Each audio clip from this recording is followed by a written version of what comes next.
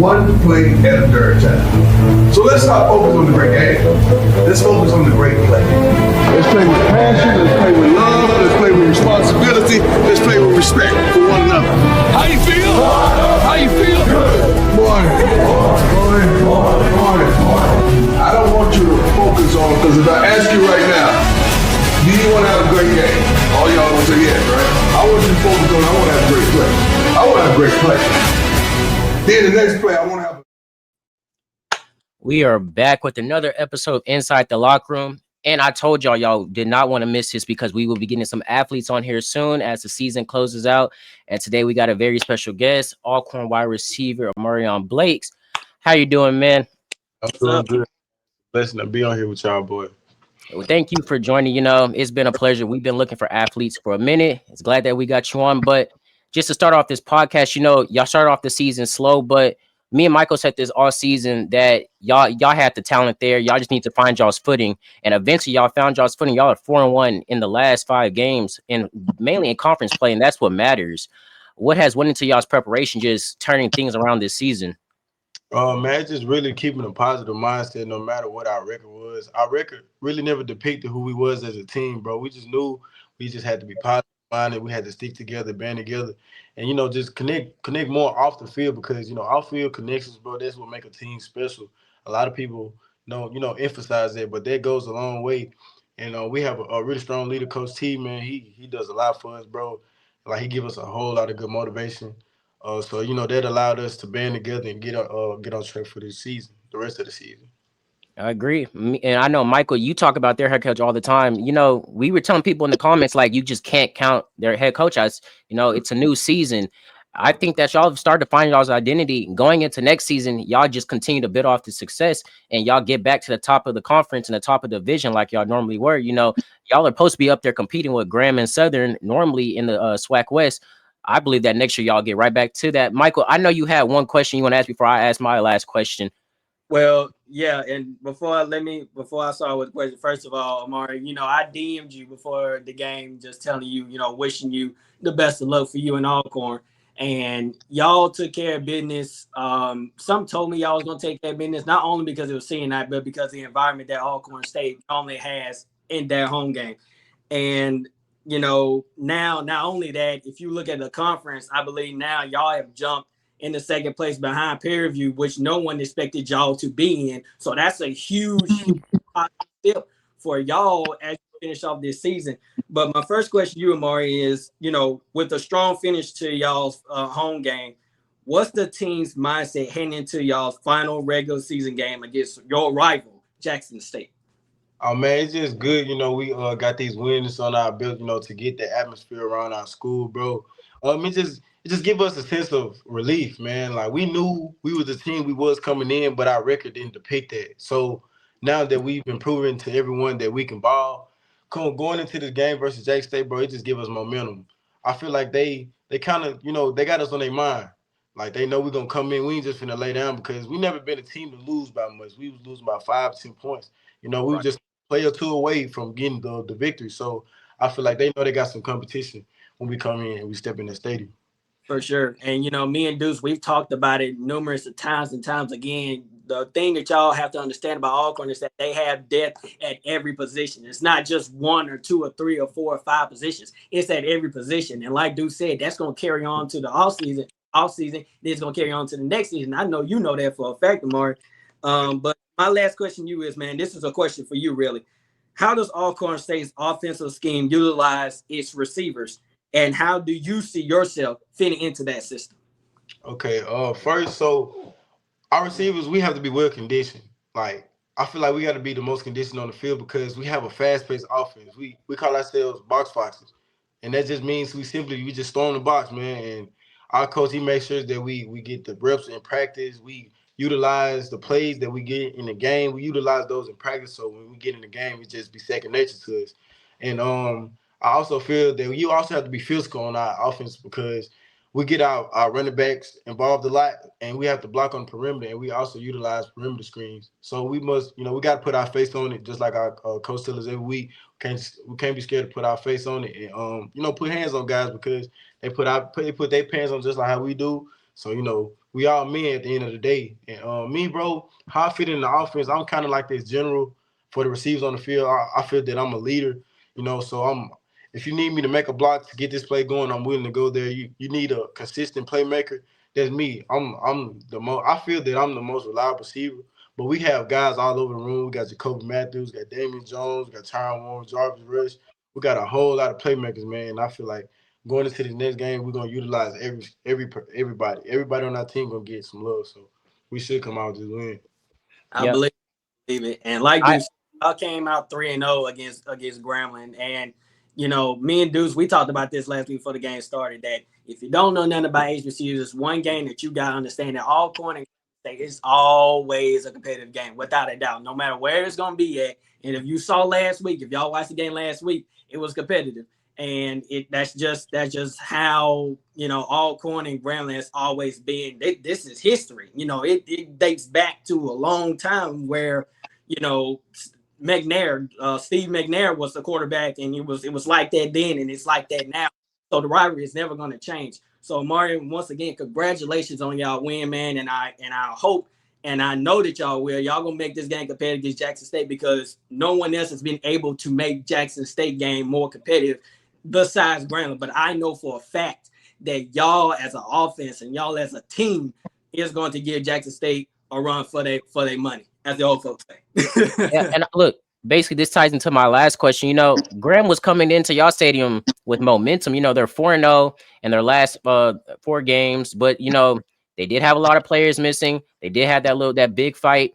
So I know all that played a factor into that. But I know y'all didn't want Graham coming in there and beating y'all on y'all's own home turf. Just what went into preparations to say, like, hey, we're about to shut down this momentum and say that we're the better team than Graham. They're not about to come dog us out of our own house. Oh yeah, we knew that they had a couple players missing, man, but we didn't let that play into our play calling and our preparation throughout the week. The thing was that we just was gonna go out and be fast. Just got to jump out on the other team, because that what makes us click. Like, we have to go out and be fast and jump out on teams early. For them to be like, oh man, they jumped out on us early. We wasn't expecting them to do that. So that's what a lot of teams didn't expect us to do: jump out on them early, be aggressive, put hands on them. And Coach C, he just put that vicious mindset, like, man, just come out here, bro, no matter what the audience got to say, no matter what the other team got to say. Forget the critics, man. Just go down to your day one, 6:40 a.m., watching film every morning before we go out to practice. That just was the mindset to move on, be who you are, stay true to yourself, and you're going to get the victory. Yeah. Look, Amari, it was great having you on the show. It was a pleasure having you on. We're going to get this sent out to you so you can watch and you can share. My last thing is, before I'm done, just go beat Jackson State. I don't like can't stand Jackson State fans. Please go beat them. When we beat them, we shut them up for a good week.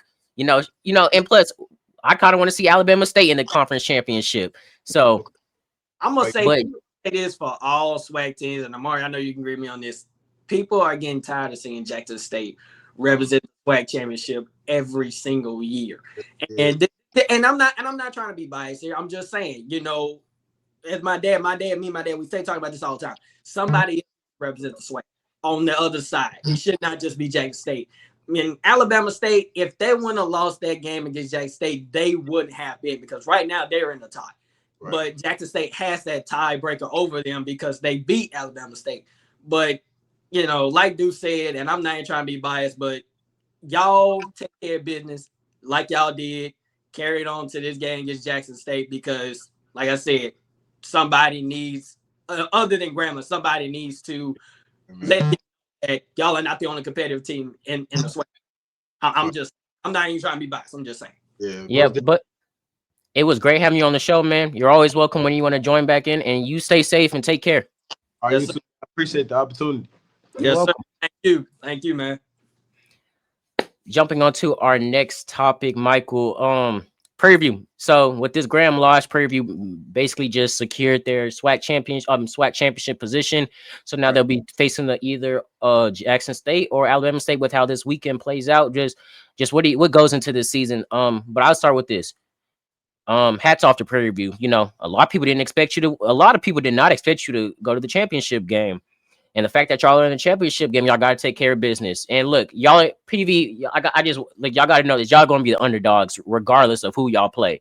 Regardless. Both these teams, Alabama State and Jackson, are ranked in the FCS top 25. PV isn't. But that does not mean PV can't come in there and handle business. Right. But Michael, just what are your thoughts about this upcoming SWAC championship game? Yeah. First of all, Prairie View's offense has been the main theme for Prairie View. Their defense as well, but a lot of people have been talking about more of their offense and their defense. And their offensive strengths, it's kind of not hard to understand. I mean, if you just watch them, you can just kind of know. Yeah, I mean, they got many offensive strengths. And I'll start off with this. They got a balanced attack. The Panthers utilize a balanced offense, effectively mixing strong run game with efficient passing. And this ability keeps the defense off balance. And if you've known, watching Prairie View like they did against Grambling, they kept Grambling off balance.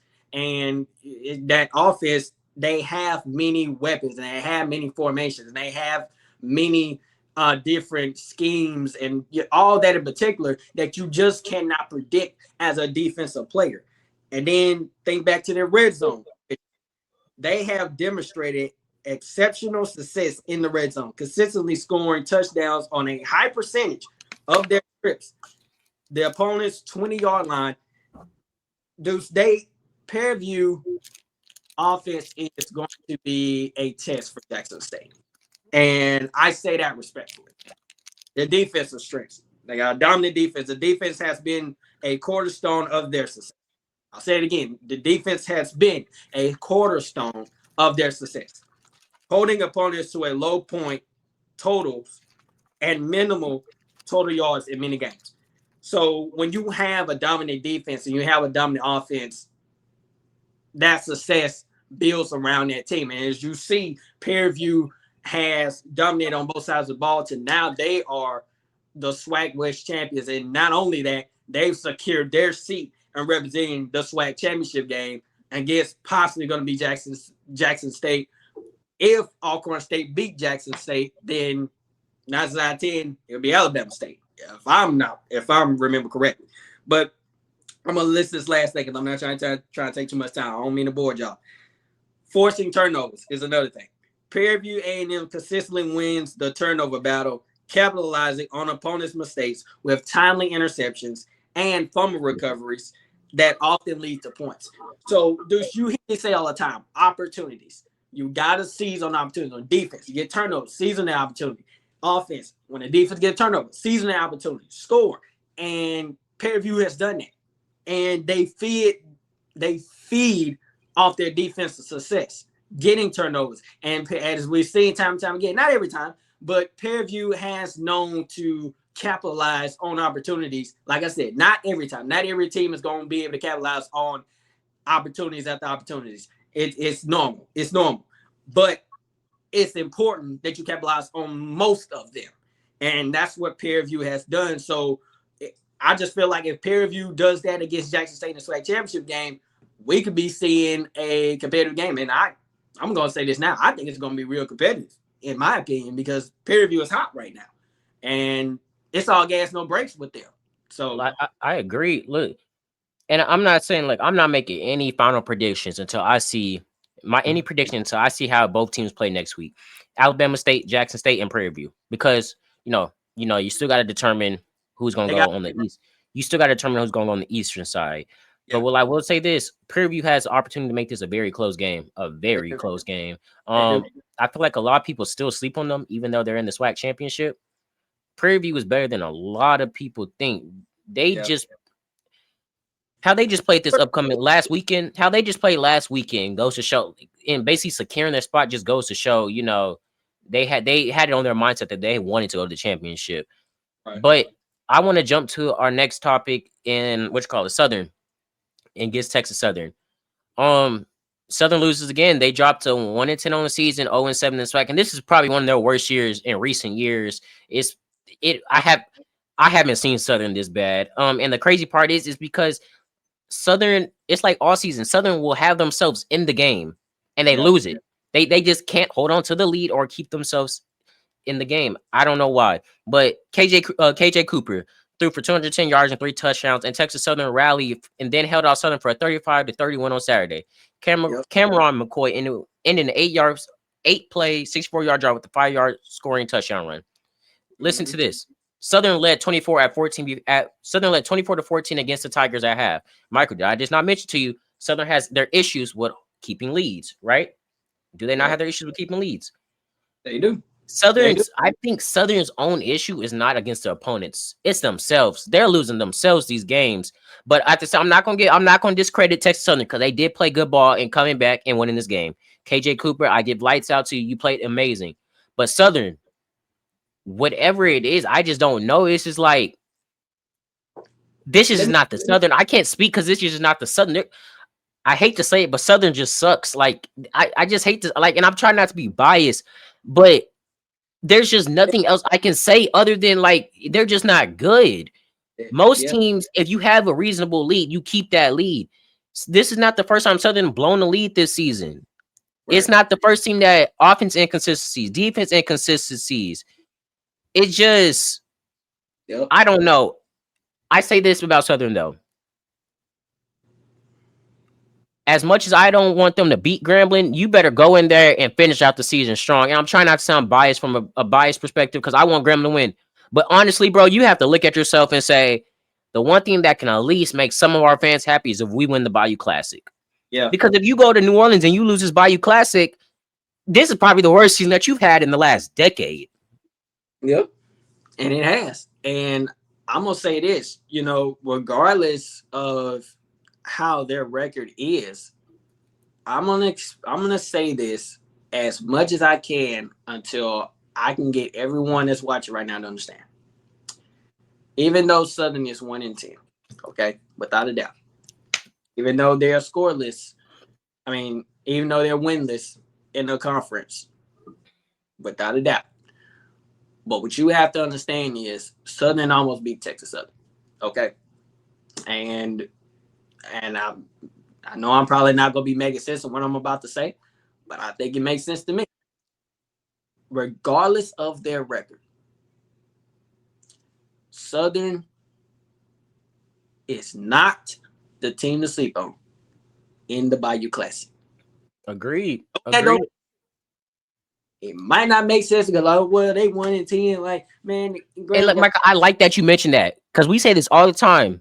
One thing Southern know how to do, and I hate this to Graham fam, but Southern knows how to play against Grambling.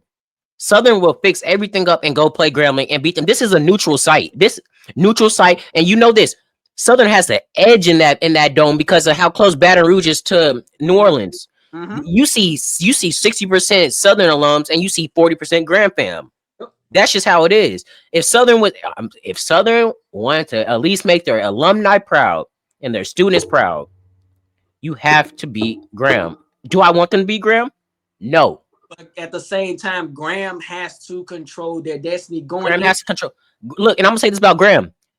Grambling cannot take Southern lightly. And look, this is the best season you've had in the last 5 since 2019. You know what can make it the icing, the whipped cream on top? If you beat Southern. I think both teams have motives to beating each other. Grambling, you can bounce back from this loss and you can say, okay, we didn't make it to the SWAC Championship, but what we will do is win this Bayou Classic. Because if I'm correct, Grambling has not had the better record in the Bayou Classic for the last few years. Southern has. Yeah. And that's what you gotta understand too, because if I remember correctly, Southern has won the last 2 or 3 matchups against Grambling. And that's just coming to show you right there that regardless of their record, it's up to Grambling to control their destiny. Like you just said, Deuce, if you win this Bayou Classic, not only does that end the win streak, but that's a positive note going towards the end of the season. And that's what you have to understand. But the positives and negatives for Southern as far as the game against Texas Southern, I'm gonna make this as quick as possible. First positive for Southern, generated more total yards against Texas Southern than their opponent. Let me put it like that. I'm saying it again. Southern generated more total yards against Texas Southern than their opponents. Number 2, Southern showed an exciting connection between quarterback Ashton Straughter and tight end Dupree Fuller. Number 3, last thing. Southern demonstrated a good running back depth, even when their star player was sidelined. Now, 2 negatives, just 2. Suffered from a costly turnovers, including a late interception and a lost fumble. Say it again. Southern suffered from costly turnovers, including a late interception and a lost fumble. Then last thing, failed to hold on to a 14-point lead, like you just said, Deuce, leading to that loss. You can't have that. But when you constantly turn over the ball and you have a 14-point deficit, 14-point lead over Texas Southern, it's up to you to take care of the ball. And Southern just didn't do that. But I'm still saying this, and I'm gonna keep saying it until the Bayou Classic starts. Southern still has the capabilities to beat Grambling, regardless of their record. Now, Texas Southern, positive, won 2 of their last 3 games against Southern. Number 2, Texas Southern showed a strong defense capable of putting pressure on their opposing quarterbacks. Number 3, Texas Southern has a history of producing successful players throughout the recent history. Now, what we have to understand is that Texas Southern, in my opinion, is no different from Southern.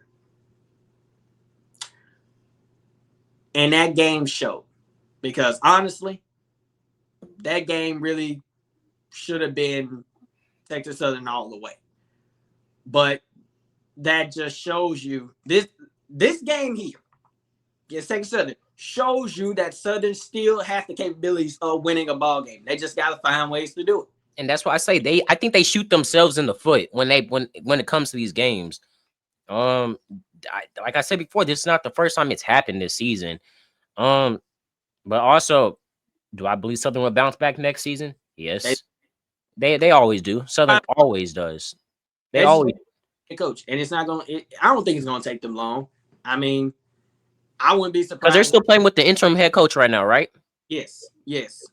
And I would not be surprised if Texas Southern went after a Hall of Fame coach, even though it's not going to make much of a difference, like many people have said before, and that's true. But what we have to understand is that sometimes having a Hall of Famer matters too. It just depends on the right teacher that you can get to teach that team. Like Deshaun Jackson, for example. At first, when the season started, we're going to get to Delaware State later, but let me just say this. When Deshaun Jackson became a first-time head coach for them, I did not expect Delaware State to play like they are right now. But that just shows you that when you have the right teacher that knows the game and knows how to teach the game to these young athletes, it matters. And right now, that's what we're seeing. Michael Vick, he's doing the same old thing, even though Norfolk State is not doing the best, but he's still a great teacher, in my opinion. They just got to learn his system. And he just got to learn the MEAC system. And look, and I like to say this all the time. And I know we're jumping off topic about Norfolk because we'll talk about them later. Yeah, we'll talk but about I would say this: Rome was not built in a day. Rome was not built in it. It takes time. So to the people that are already jumping off the ship, don't do that. But I want to. Yeah, you got to give him his time. They gave Dion his time. Dion didn't have a look. Whatever your thoughts on about Dion. He didn't start good at Colorado his first year. He bounced back the second year and made it to a bowl game. It just takes time. He didn't start his first season at Jackson. Did they go to the championship game? No. Did they go to the next year? Yes. It takes time. But actually, speaking on Jackson State, Bethune-Cookman versus Jackson State, Michael, we said this was an important game for both teams. You know, Jackson State need this win to, keep their playoff hopes alive. Bethune-Cookman need this win to, to shake back. Even though they were even eliminated. You got to play with pride. But we said what hurt Bethune-Cookman was having players suspended. Yep. Michael, it wasn't a good game, and Bethune-Cookman it pretty much went how we expected. Yeah. We said that Jackson State was going to win. We said that missing players and all of that stuff from last week. We said all of that was going to play a factor, and it was. It honestly, and it did. So with that being, just what are your thoughts about the game?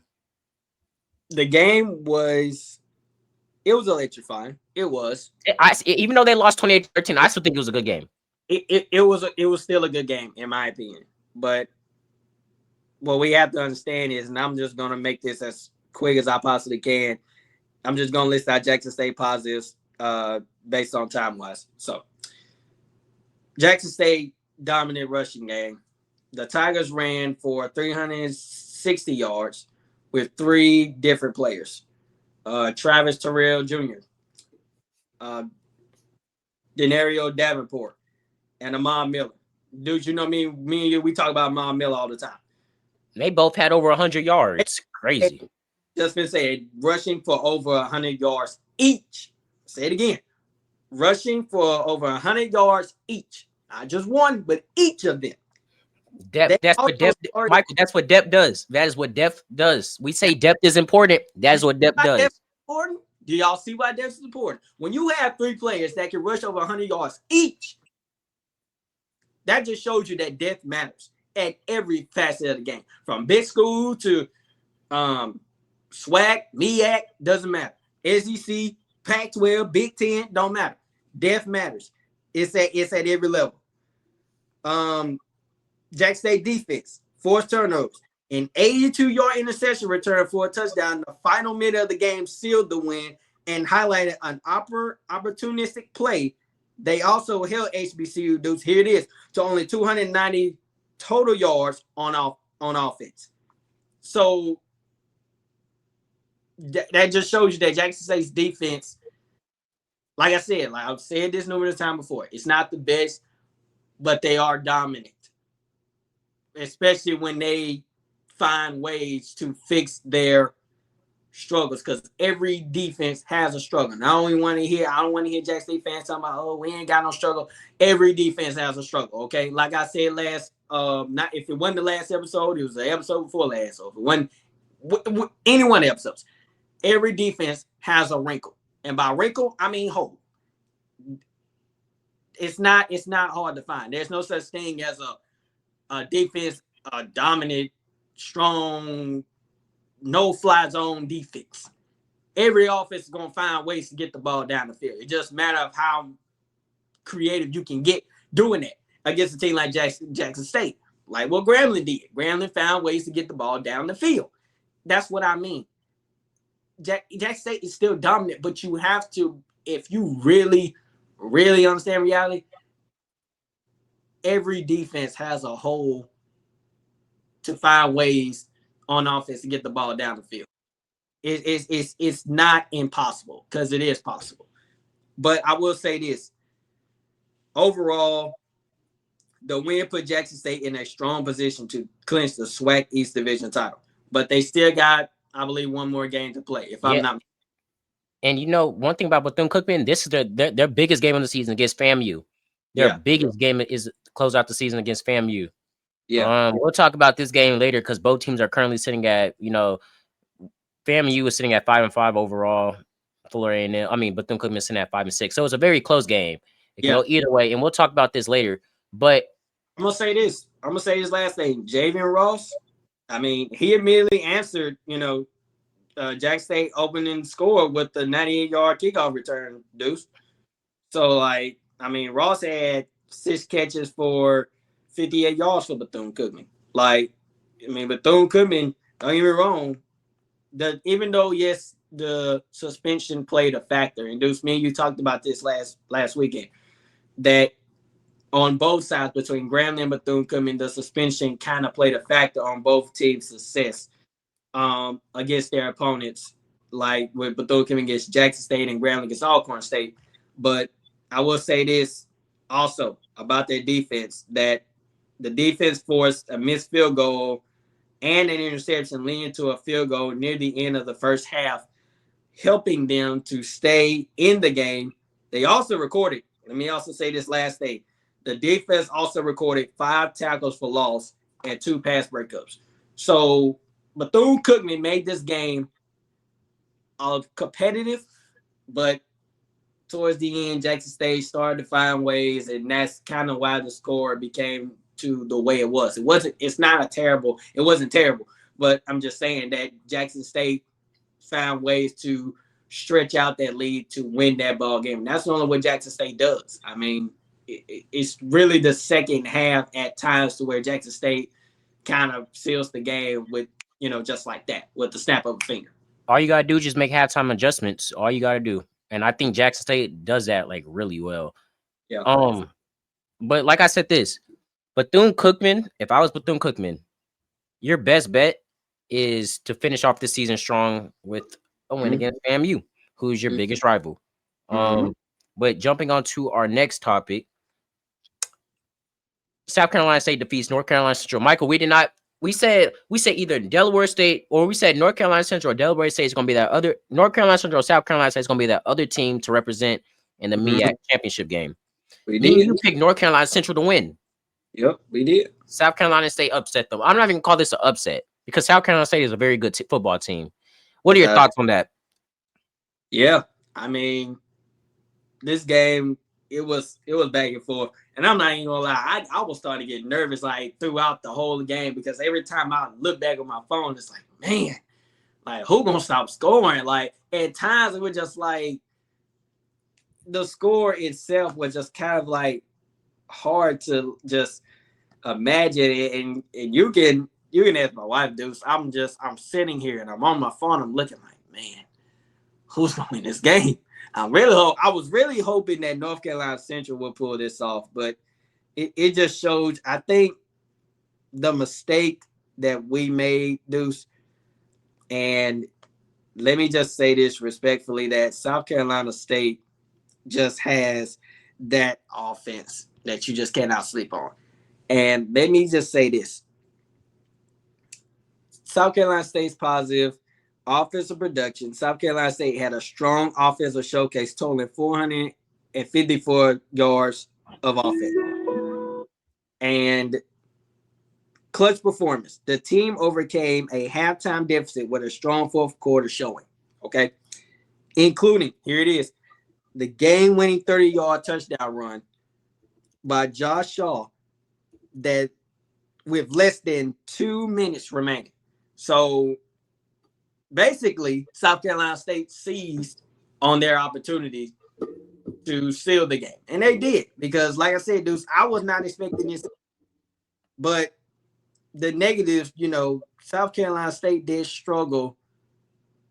The Bulldogs allowed North Carolina Central to score 24 straight points in the second and third quarters after an early lead, losing their 17-3 first quarter advantage.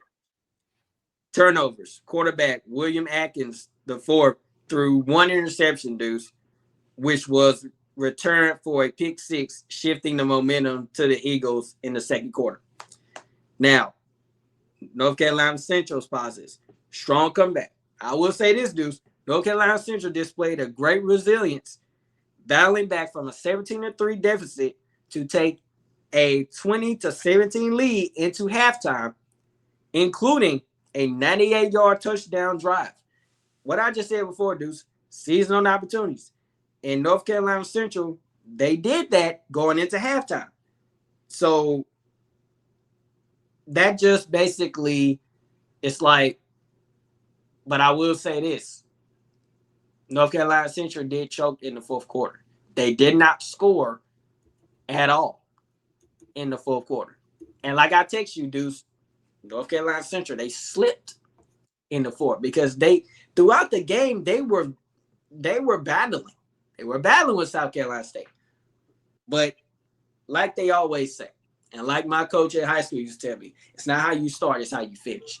And North Carolina Central just did not finish on the positive side in the fourth quarter because they did not score any points, which you kind of have to give a shout out to South Carolina State's defense because North Carolina Central's offense was battling with South Carolina State. But let me also say this. The defensive momentum. for North Carolina Central. Defensive back, Eric Adams, had a 33-yard pick six that dramatically shifted the game's momentum in the second quarter. Effective rushing, running back, Chris Mosley, had a strong positive performance, rushing for over 100 yards and a touchdown. I'll say it again.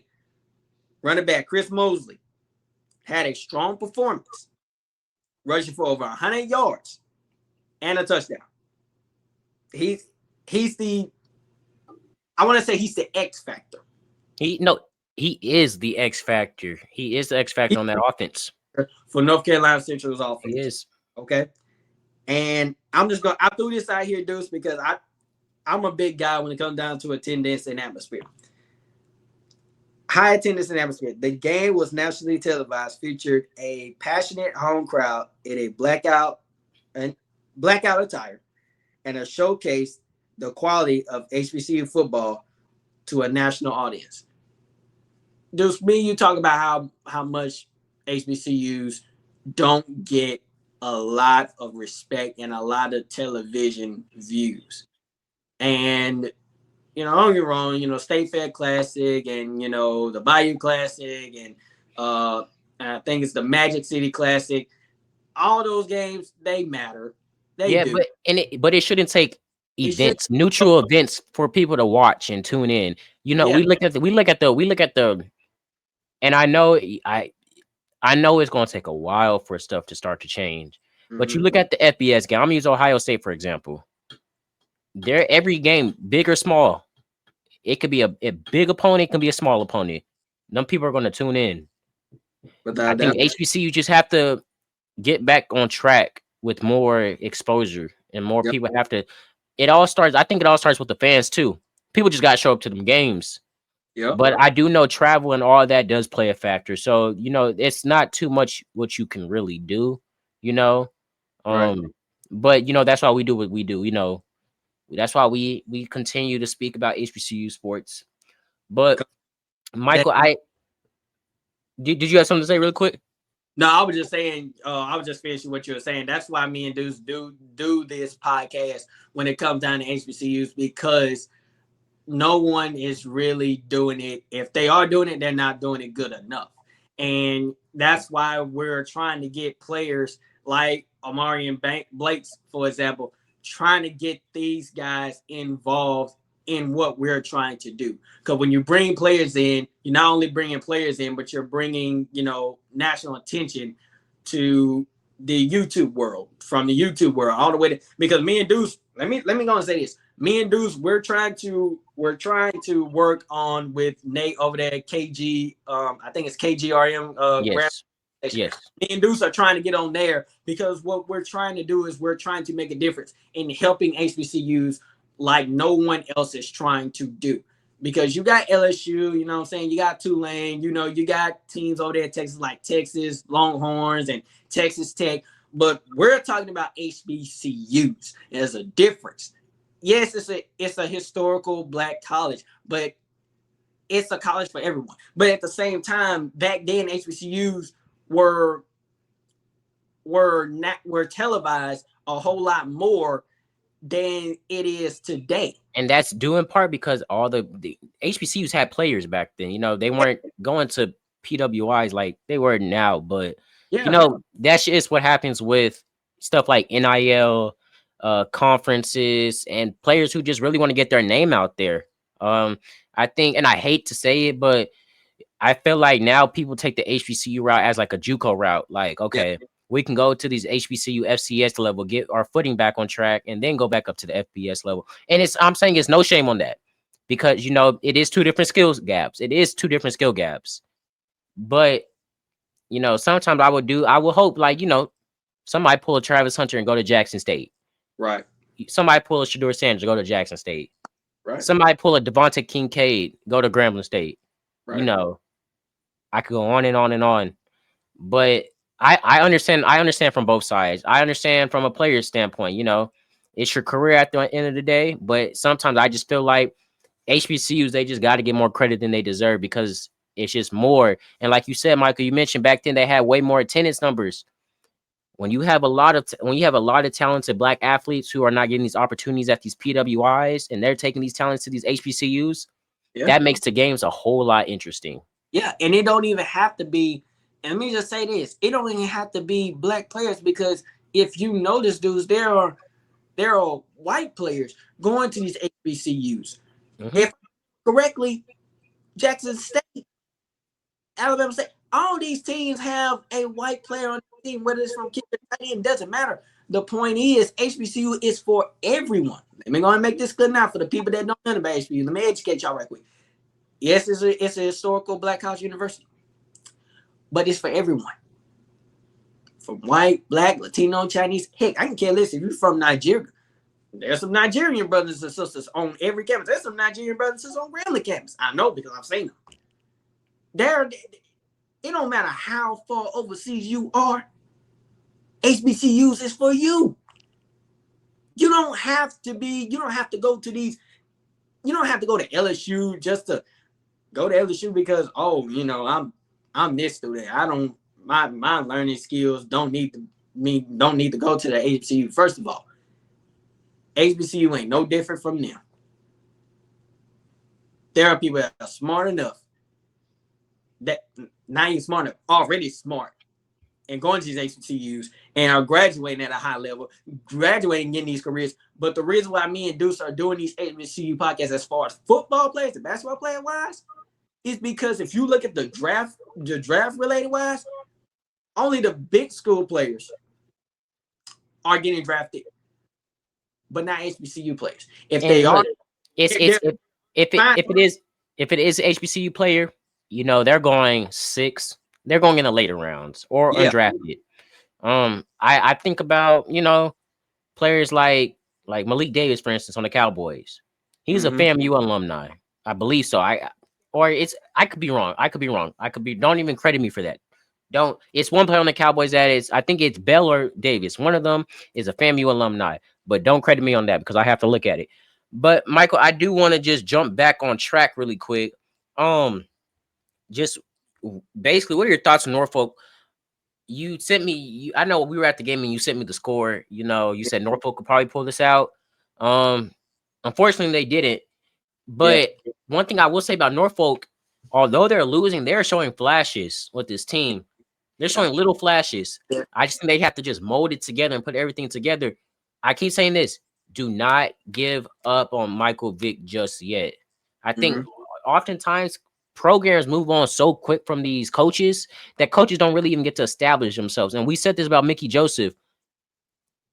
Mickey Joseph last season, due in part to the bad season, we just felt like he didn't get to really establish himself. And we said this year he started off slow. He had some questionable stuff, but we felt like now he's really established himself.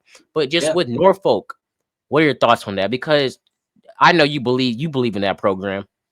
I do. And I believe in Michael Vick because I'm a fan of Michael Vick. I've been a fan of him when he played, and I was a fan of him when he became a head coach. And I think, Norfolk State, they're finding the right direction with him, and Michael Vick is finding the right direction as far as his coaching. I mean, it's just, I literally just followed a Norfolk State player the other day, and I didn't get a chance to speak with him fully, but the excitement in that team is a whole lot different from what you're seeing on paper and what you're seeing as far as record-wise. The electricity is there, the energy is there, but like I said, Norfolk State just has to find that rhythm, find that destiny. Okay, now we know what it takes to win, so let's build up on that. And it's not going to be this year. It's not going to be this year. Who knows? It might not even be next year. But I feel, in my opinion, that this season is, and I've said it numerous times, I will keep saying it, that this is an observation season for Michael Vick to see where Norfolk State, is at. Look, five of their last. Oh, you can go real quick. You can go. Look, I'm just gonna say this real quick. 5 of their last 6 games have all been one possession. They're just not finishing through, and it's just literally just due to I think it's just a new head coach, a new regime. They just have to get comfortable with the system, offense and defensive wise. Do I think? Am I saying? Am I going to jump to the conclusion right now? Am I saying, oh, they're going to go to the MEAC championship? They're about to go to the Celebration Bowl? No. But what I am saying is, I see that this team can make an improvement last year. Then and I say this in the same boat with Alcorn. I think just their stories are just kind of a little bit different because Alcorn has started to find ways to win, closing out the season. Norfolk hasn't, but they've been having these games close. But the one thing that I will say about both these two schools is they're building on. It's not even really about this year no more. You're building to next year. You're building to next season to get back to where you belong. Right. And they are, and I'm just gonna list out these notes right quick, and then but let me say this right quick before I even do that. Like we said before, progression takes time. Rebuilding takes time, and that's at any sport and it's at any level. So if I'm Norfolk State Spartans fans, I wouldn't throw in the towel just yet, and I definitely would not throw in the towel on Mike Vick because I'm definitely not, because I feel like something's gonna come up with them, just like. And then when I think about it now, that Delaware State and Norfolk State is going to be even more more excited than it was this year. Even I'm not. Well, let me reverse that. It was exciting, but I'm talking about as far as record wise and competition wise, that Norfolk State could be. I mean, who knows? I mean, I don't want to throw in the early prediction, but I mean, Norfolk State could be that team to represent the MEAC next year. It's not. I'm not saying it's not possible. It is possible. They just have, like I said before, a team has to find their destiny. And what I mean by destiny, a team has to find ways to win ball games. And Norfolk State, they're getting close. And I feel like the closer they are right now, the better it's going to get. They might even win, this game, to end the season off. Like I said, this season was not the best. And I'll admit it wasn't. It's disappointing. It is. But sometimes rebuilding isn't always pretty. And I've learned that throughout my years of life, and seeing teams like Grambling, teams like Louisiana Tech, teams like LSU, and many other teams that, regardless of the team, sometimes rebuilding just sneaks up upon you, and you might say, "Oh man, we've been winning for a long time. What is happening?" Sometimes rebuilding just sneaks up on you, and it's either a good thing or a bad thing. And right now, it's a good thing for Norfolk State. Right now, it's a good thing for Delaware State. Even though the records are different, but you cannot sit here and admit that good things aren't in the future for these two programs, and especially any team in the MEAC conference. North Carolina Central, South Carolina State, Prairie Alcorn State. Like we just talked about, Deuce, rebuilding does not always have to be the end of your football team's winning legacy, but it also determines on how you take on that rebuilding stage, and if you take care of business the right way, because you can take care of business in the wrong way and never get back to the way you used to be. So it really just going to come down to what will Michael Vick do in this offseason to get Norfolk State back, or if they have not been back, get them started on the right path to start winning in ways to where they get more recognition, more televised, more players doing the NFL prospects. The list goes on. But I will say this about the Morgan State Norfolk State game, and I feel like I took time. The fourth quarter comeback for Morgan State was, in my opinion, Deuce, it was kind of surprising, because I did say that I feel like Norfolk State was going to win it, but I say this, Michael, Morgan State, we said this all the time, all season. Morgan State may not have the best record, but they are a team that you can't sleep on. Exactly. A team that you cannot sleep on. Morgan State is a better team than a lot of people think. And a lot of people think, and they'll say, "Oh, we're just playing Morgan State. It's going to be a light week." No. Morgan State is a team that, honestly, if it wasn't for them having to deal with if it wasn't for them having to be in a conference with South Carolina State, they're in a tough conference regardless. But yeah. I still don't say you can sleep them out. And they've been losing games by one possession all season, Michael. Right. So But honestly, am I counting Morgan State out for this season? No. But they're a good team, still going into next season. They just have to build in with the same thing with Norfolk. You just have to retain your players. The main thing is, like, one thing I will say that Mickey Joseph does really well. And I know I'm jumping all the way back to the SWAC. Mickey Joseph knows how to retain players. It starts with retaining your players, your core guys. Yeah. Morgan State, I'm about to list this out. They lost by 3 points to Georgetown. They lost by 6 points to South Carolina State. They lost by 6 points to Howard. They lost by 2 points to Delaware State. Do you see you kind of see the trend here, Michael? It's one possession games. Morgan State is not a bad school at all. They're not a bad school at all. But I'm just saying they play in a conference with teams who are they have a little bit more of an edge over them. Morgan State can, if I were them, you close out the season strong against North Carolina Central. North Carolina Central just coming off a loss. You take that as an advantage and you prepare for that. Right. And I will say this, and I wrote all this down. I'm just gonna go down the list here.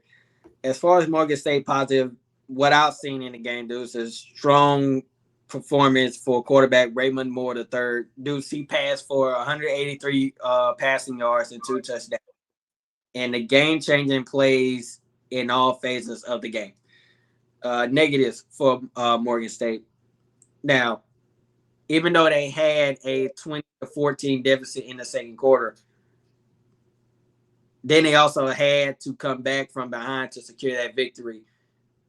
And like I said, Deuce, Norfolk State really could have won this game, but Morgan State, they saw that Norfolk State was climbing. And like I just said here, and I'll say it again, Morgan State had a 20-14 deficit in the second quarter.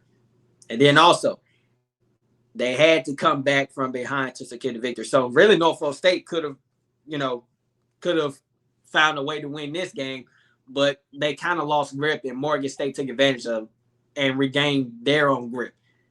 So, and I say it all the time, you just had the season opportunity. Now, as far as Norfolk State positive, Norfolk State took a 20-14 lead in the second quarter, like I just said not too long ago. Also, strong rushing game from Kevon King. I think these two stats here is really good, especially from the running back and quarterback at that point. Kevon King first, 189 yards, 1 touchdown. It's not easy to rush over, 150 plus yards. It's not. It's hard. It's even tough at that to rush over 100 yards.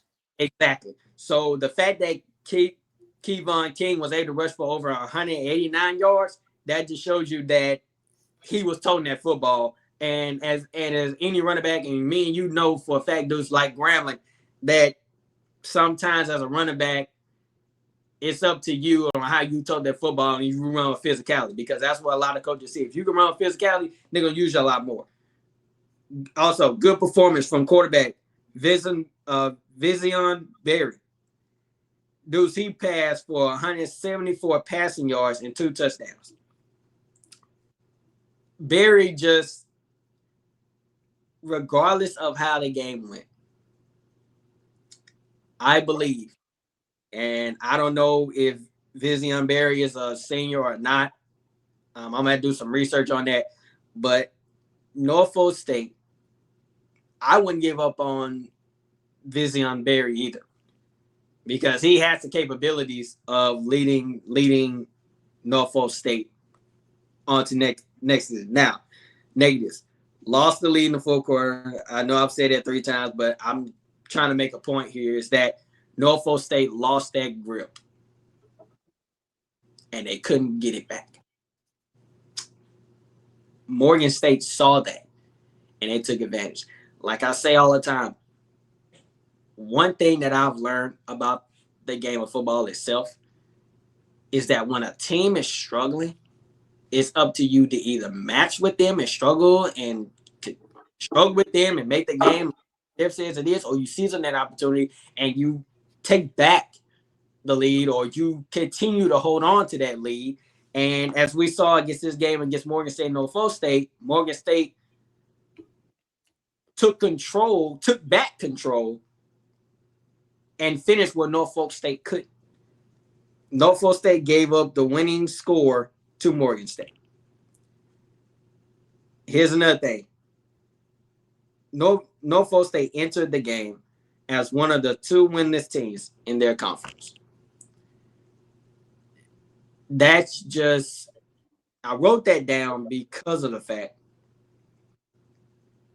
that regardless of what is happening right now, as a Spartan nation, it is not over for you. And it's not over for Morgan State. But I'm talking about Norfolk State in general because of the fact that Michael Vick has been known to be a great quarterback back in his prime. Mm-hmm. So when you bring all that legacy, all that teaching, all that history on how he became the player that he was, and you transferred on that's why I say all the time, not every Hall of Famer, not every great quarterback or great receiver like Deshaun Jackson. It's just determines on how you teach the game and how your players feed on that. Delaware State's success compared to Norfolk State is a prime example of that. Deshaun Jackson came in with energy, and the players, they've changed the system, they changed the rhythm real quick, because when you have an energetic coach, that leads to something. And Michael Vick, he's brought the energy, he's changed the legacy, but the team is just not there compared to Delaware State. And it's going to take more time for them than it is for Delaware State.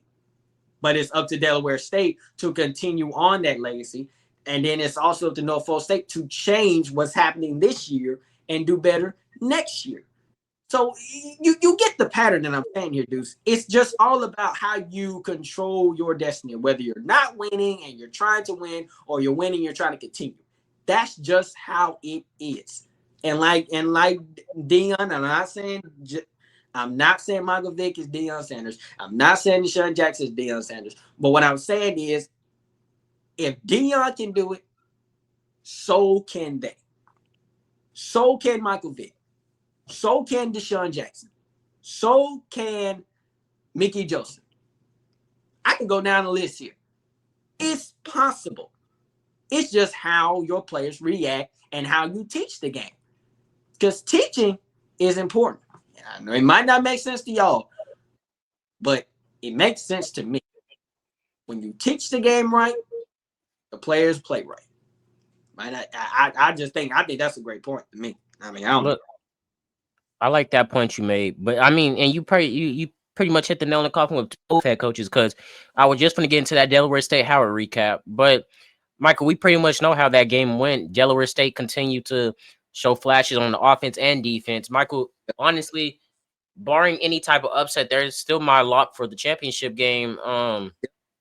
There's still my lock for the championship game and the celebration bowl. Yeah. With that being said, Michael, now they are to me too.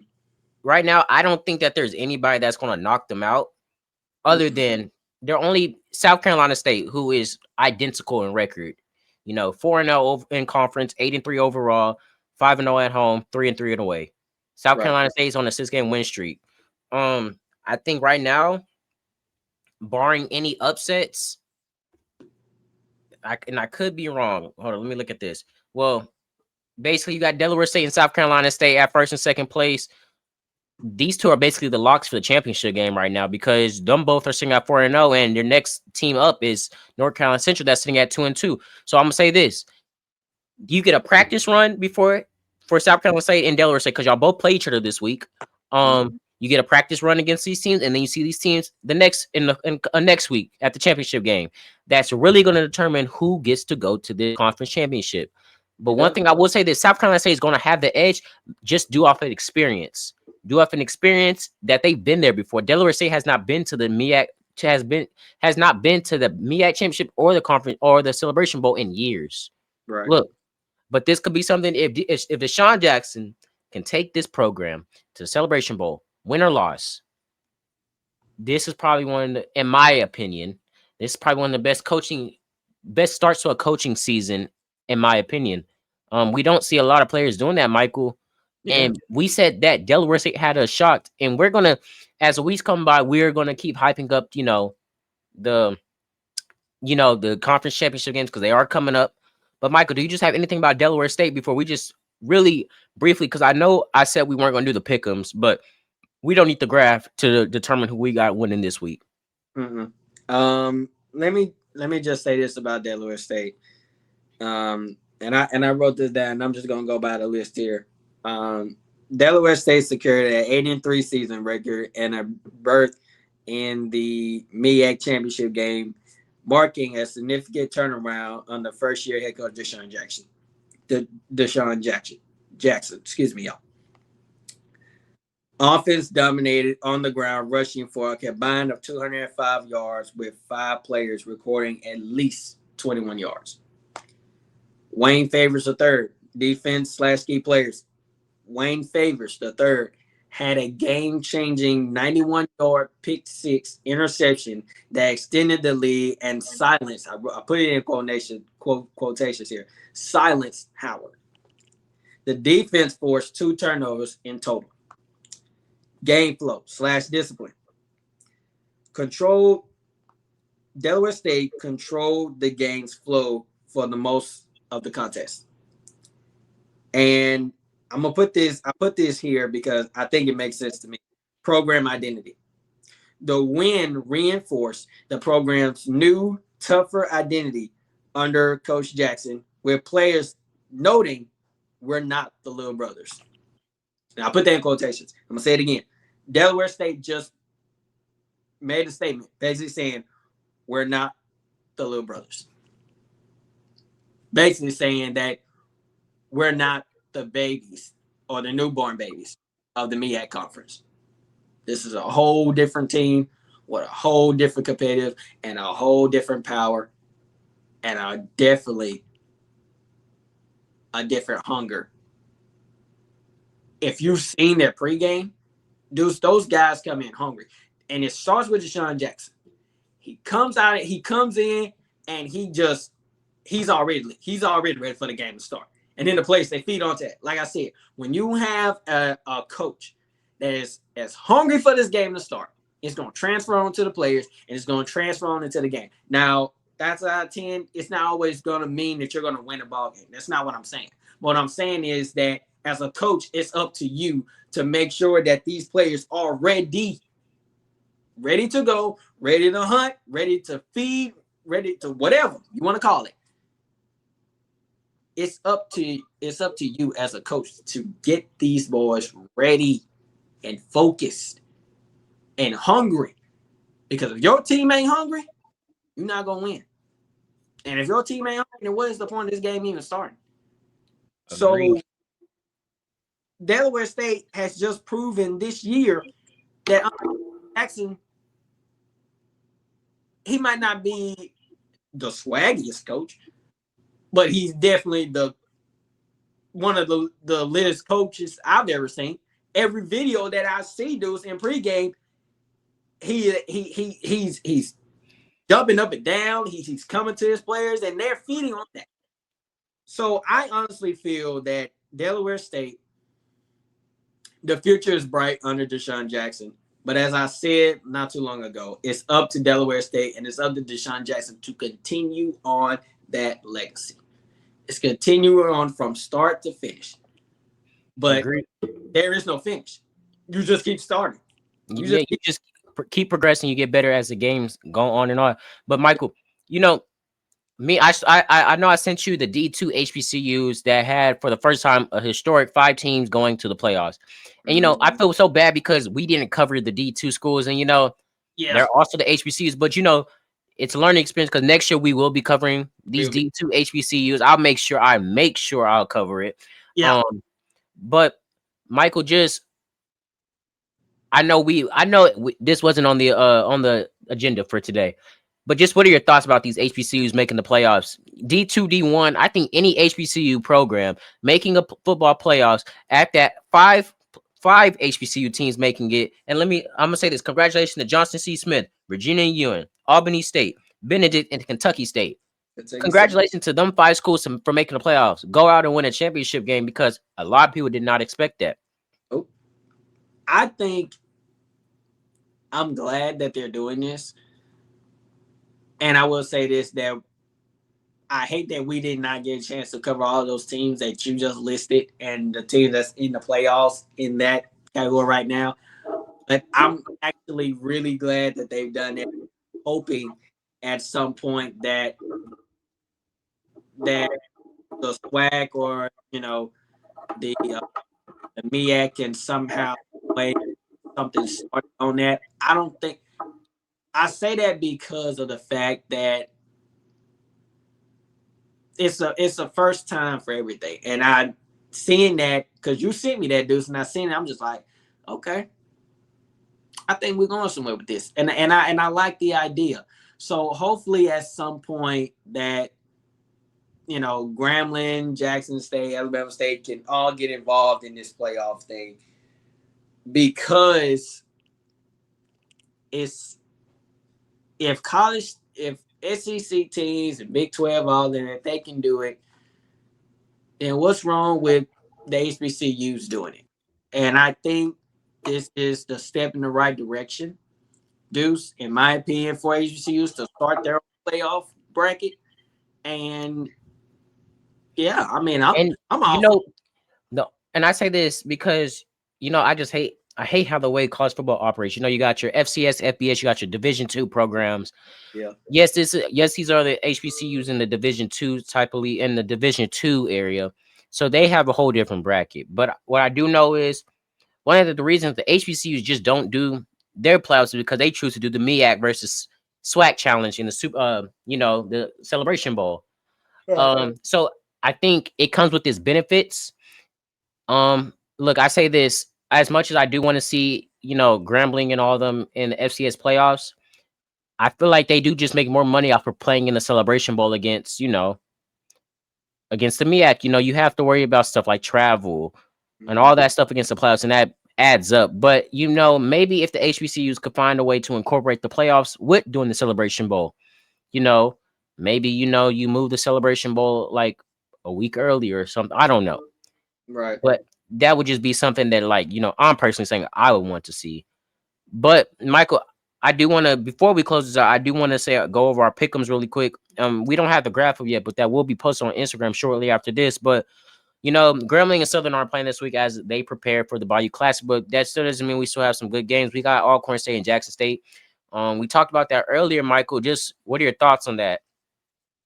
As far as the Alcorn State and Jackson State game, like we just told Omarion Blakes not too long ago, Jackson State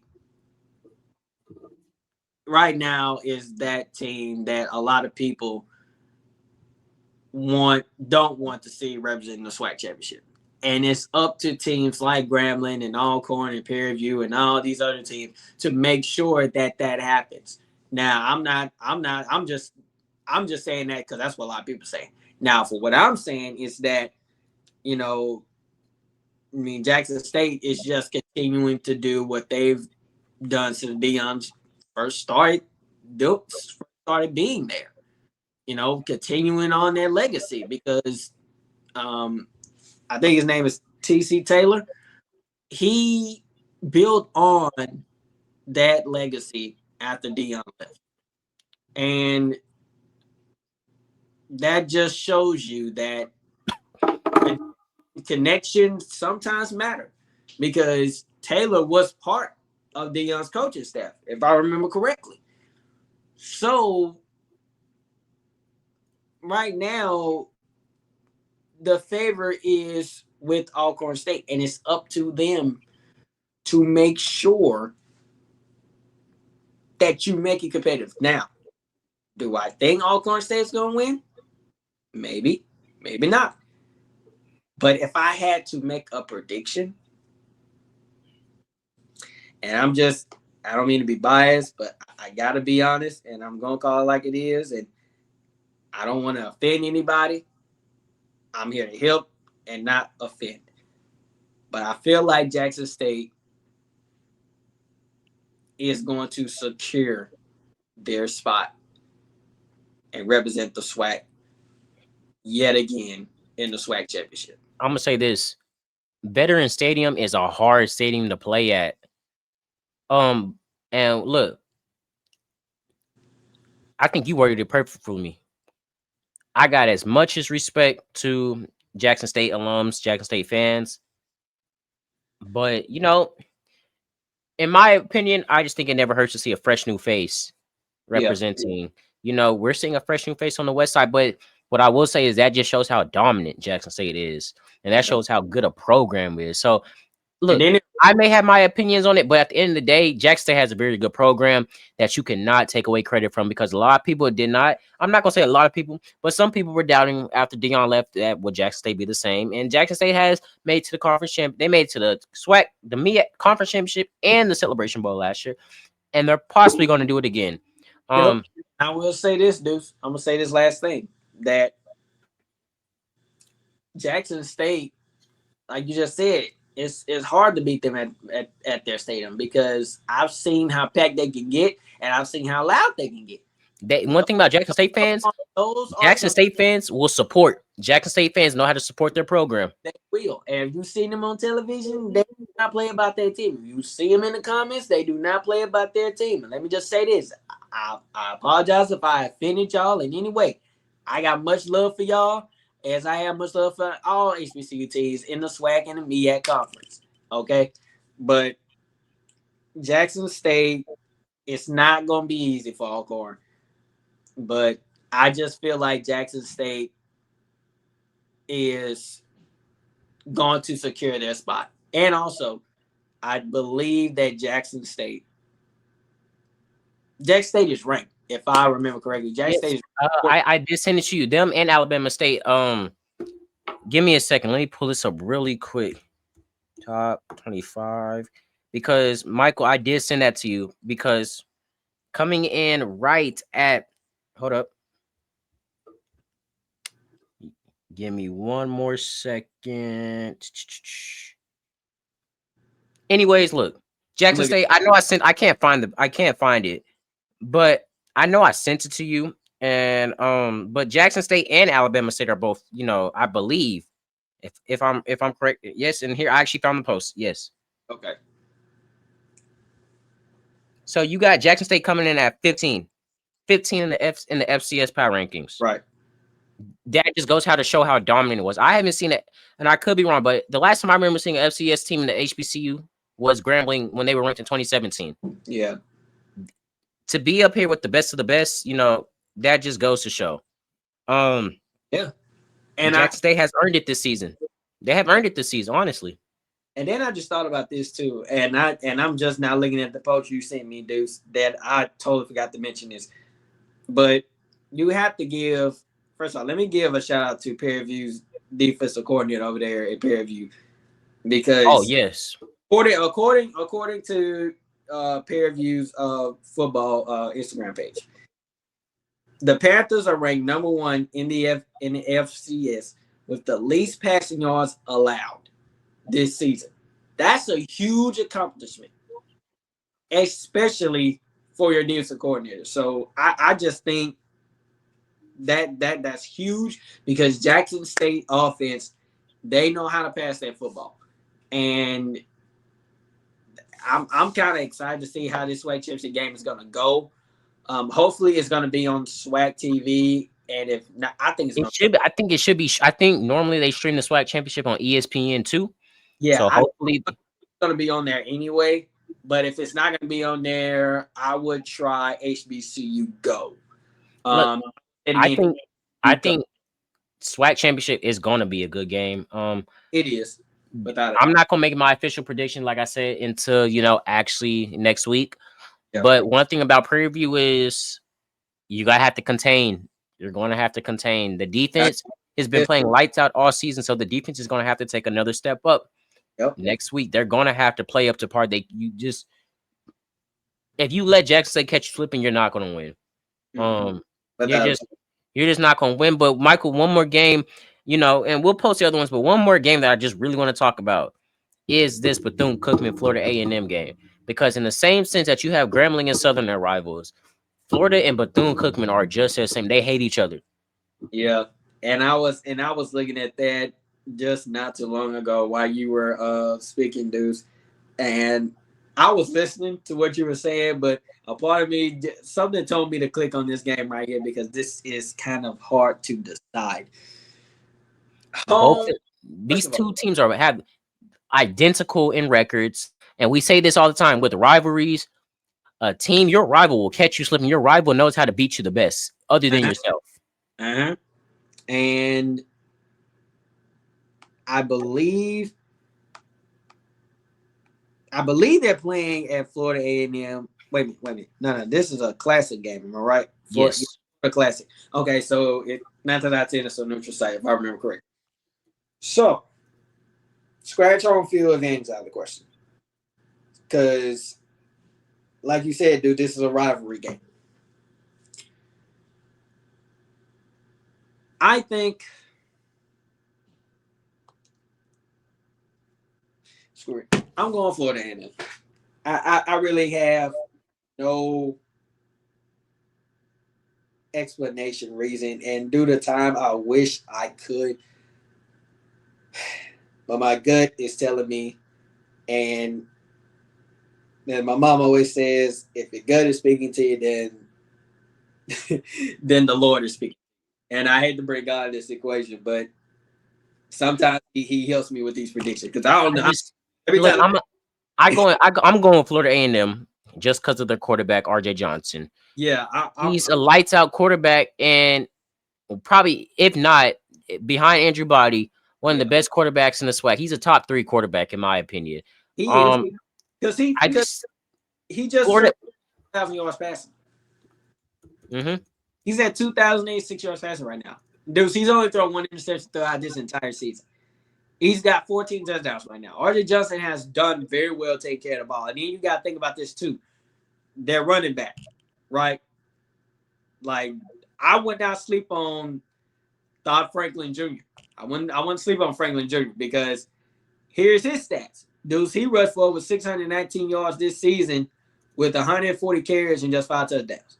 Even though the touchdown rate is not a lot, but he's rushed for over 619. I think that's enough. Now, as far as Bethune-Cookman wise, I mean, of course, you got, Ransom. He's not the best quarterback coming into this, but he's just on that skill level, especially as RJ Johnson is.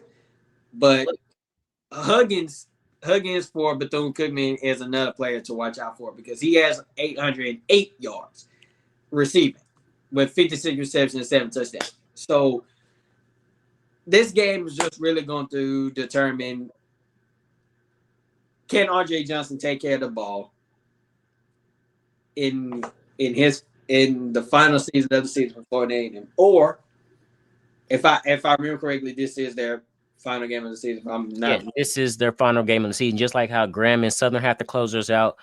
It's going to be played at a neutral site. It's going to be played in Orlando at Camping World Stadium. Yes. But I will say this: FAMU was 4-6 in the last 10, but for the last 4 recent years, FAMU has won. 2021 you win 46-21, 2022 you win 41-20, 2023 24-7, and then last year it was really close, 41-38. Right. BCU is still a good team, so they can still catch FAMU slipping, and they, like we said all the time, if anything, rivals know how to beat you better than yourself. But I think other than that, that's my closing remarks. Next week we'll be recapping. We'll be looking into the conference championship games. We'll be looking into the Bayou Classic. We'll be looking into the Turkey Day Classic with Alabama State and Tuskegee. We'll be looking into the closing out the season. We'll be maybe we'll have time. We can even start looking at some of the Division II HBCUs and how they're performing in these playoffs. But look, one thing I also did notice while you were talking, Grambling plays TCU next year. They get to play TCU next year, so so that'll be an interesting game. Interesting to travel. But basically, for my closing remarks is, thank y'all for the support. Our goal, 500, 1,000 views, and really share this out. I just checked. We're at 249, so we're one away from 250. But our goal is we're still trying to get to 1,000 subscribers. I'm gonna post our video from what me and Ben what we did yesterday. We did our our regular inside the locker room segment. As Luis come on, get back on and start fluctuating back on once school gets out. People got school and stuff right now. And I will say this: once the band season ends, I will probably be 100% free to get back to getting our weekly inside the locker room videos out. The goal is, although we want y'all to support these HBCU videos, the goal is to support the whole team and support all the content getting out. Because, like you said, Michael, it's inside the locker room at the end of the day. It's not just HBCU football with Deuce and Michael. It's inside the locker room with Deuce, Adam, Ben, and Michael. Yeah, without a doubt. And my closing remark is that I hate that I could not have been a part of you, Ben, and Adam wasn't there, right? It was just you and Ben. Yeah, it was just me and Ben, Okay. and it went really well. We talked, we just talked about the NFL stuff. Yeah, and but I will say this as a team member, first of all, I'm proud of the team that we have built over time. And it really just started with just us, the four of us. And then we, made the inside the locker room, and, we made a huge success. I believe we're making huge success so far, and it's only going to get better and better throughout the rest of, our time as, young brothers trying to make a difference. But like Deuce said, just keep supporting us. And also, it's not just HBCU with me and Deuce, but it's all of us. Me, Ben, Adam, and Deuce. Like it takes all of us. But we do appreciate every one of you for your support and what we're trying to do. And also, if Omarion is still watching, shout out to you for taking time to join us, and many other players, because we have some players listed. Oh yeah, and I'm not gonna say this because I'm not gonna even give up the name yet, but there'll probably most likely be another player on our podcast next week. I'm not just about to give up the name just yet because Michael, these players have actually been surprising us and trying to get on our stuff. So yes. We just have a lot of people to choose from, but we're going to try to get everybody on. And another thing we're going to try to do is start fluctuating the HBCU basketball. Michael, I know you've been talking about, you want to talk about HBCU basketball. You said you told me about Bethune-Cookman. You told me about Graham. You told me how these two programs have been doing well. Yeah, we just got to. Basketball is one thing. One thing with basketball is you can talk about basketball more because basketball players can compete way with these higher programs. We can see it all the time, so it's way easier to talk about, and we'll probably get a lot of views from that too. Yeah. But I say this before I give my closing remarks. Thank you for the support. Continue to share. Continue to post it on Instagram. I mean, continue to like our posts on Instagram. As I stated last week, I'm about to start flowing in Instagram posts. I gotta get the Instagram, the reels with us and Nate on there, and hopefully one day in the coming weeks that me and Michael are able to get on this radio with Nate, because that would be really huge. But that's just basically my closing remark. Yeah. My closing remark is, it's just one thing, we will keep y'all. Well, we're not going to keep y'all, but basically, hopefully, I'm praying that, if possible, we do get on that radio, Deuce, because not only is that big, but Grambling's radio station is pretty big to not just the Grambling community, but people all over. So having us on there, I think, is a huge factor for not just me and you, but for inside the locker room. And my wife, me and her literally talked about this the other day, that you guys are making a difference in a positive way. And it's going to lead you guys to somewhere from where y'all are right now to where y'all could be, where y'all are going to be. And I feel like the radio station and players coming on here, that plays a major part in what we're trying to do. And that's to lift HBCUs, not to hurt, but to lift HBCUs, because there is no football environment like HBCUs. Battle of the Bands, where it's a Battle of the Bands football game. It's nothing like HBCU environment. And until you witness that, you don't know what HBCUs are about. Because a lot of people try to talk they know about HBCU, but they never step foot on the campus. They've never been to a game. And that really grinds my gears, because it's like, who are you to talk down on the HBCU that you don't know nothing about and you never even seen or spoke about? But one thing comes up and now you talk like you know about a HBCU or a team or a coach when you don't. And my mom always said, and I'm gonna say this to everyone on here: if you don't know nothing about HBCUs, then don't say it at all, because you're gonna make yourself look bad. And I'm not even trying to be biased, but I cannot stand uneducated HBCU folk. I just can't. And it makes no sense to me, and it might not make sense to y'all what I'm saying right now, but it makes sense to me. Don't speak on these HBCUs if you don't know nothing about them.